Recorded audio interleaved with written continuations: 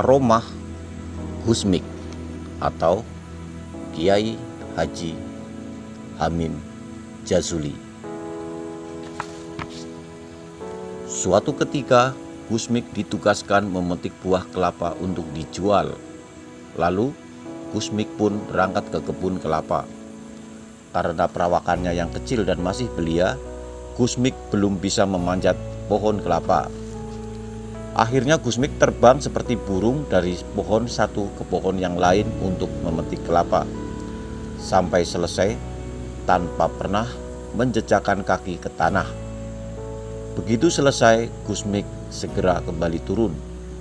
Tetapi hasil panen kelapa yang berlimpah membuat Gusmik kebingungan karena tidak mampu untuk mengangkut semuanya. Akhirnya Gusmik kembali terbang memotong satu pelepah kelapa. Kemudian buah kelapa itu diikat dua-dua dan dinaikkan ke pelepah kelapa itu.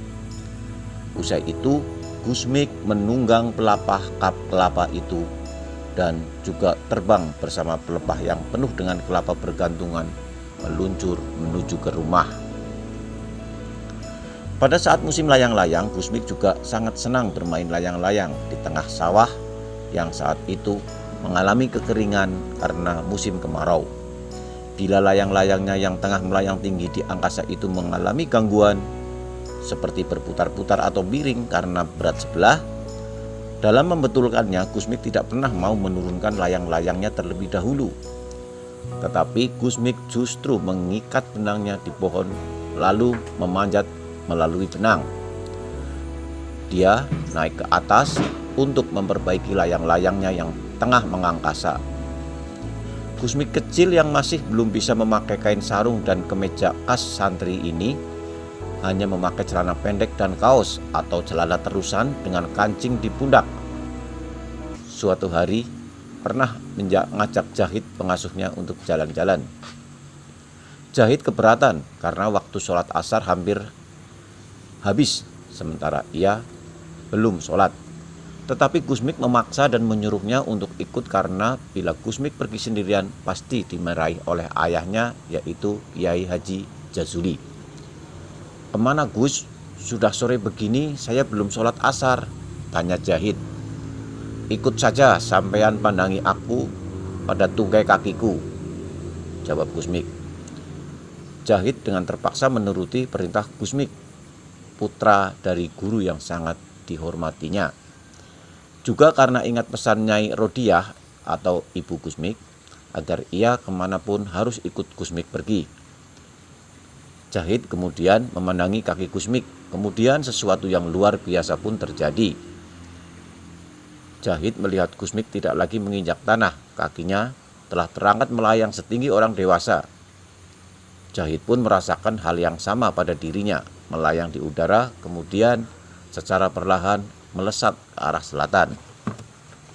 Jahid mencoba melambaikan tangan dan menyapa beberapa santri yang tengah berdiri di pinggir jalan.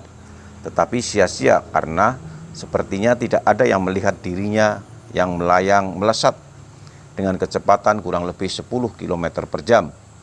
Di depan sebuah musola di desa Ngadi, Gusmik dan Jahid berhenti. "Ayo Kang Jahid, sekarang kita sholat asar dulu," perintah Gusmik kepada Jahid. Jahid hanya bisa diam dan menuruti perintah Gusmik. Di dalam musola, Jahid melihat jarum jam masih menunjukkan waktu yang sama dengan saat berangkat dari Peloso. Setelah sholat, waktu terus merambat. Sementara Jahid semakin gelisah menunggu Gusmik yang tadi entah pergi kemana ketika ia melaksanakan sholat. Bahkan kini waktu telah menunjukkan pukul 10 malam. Jahid sadar tidak ada gunanya menunggu, sementara pemilik musola terus menanyai keberadaannya. Jahid memutuskan untuk kembali ke Peloso. Akan tetapi dalam keadaan gelap dan jarak menuju ke desa Peloso cukup jauh membuatnya ia ketakutan untuk pulang. Karena putus asa, Jahid mengambil air wudhu kemudian dengan khusyuk berdoa, "Ya Allah, tadi hamba datang bersama Gusmik dan sekarang Gusmik pergi entah kemana, ya Allah, hamba ingin kembali ke Peloso." Di tengah khusyuk doanya, tiba-tiba Jahid merasakan dirinya melayang dan melesat terbang ke daerah Peloso. Persis dengan peristiwa sebelumnya bersama Gusmik.